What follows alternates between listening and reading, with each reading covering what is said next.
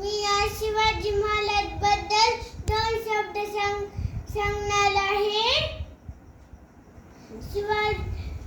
शिवाजी महाराजचा जन्म शिवनेरी किल्ल्यावर झाला होता. त्यांच्या आईचे नाव जिजामाता होते आणि त्यांच्या वडिलांचे नाव शहाजी भोसले होते. आणि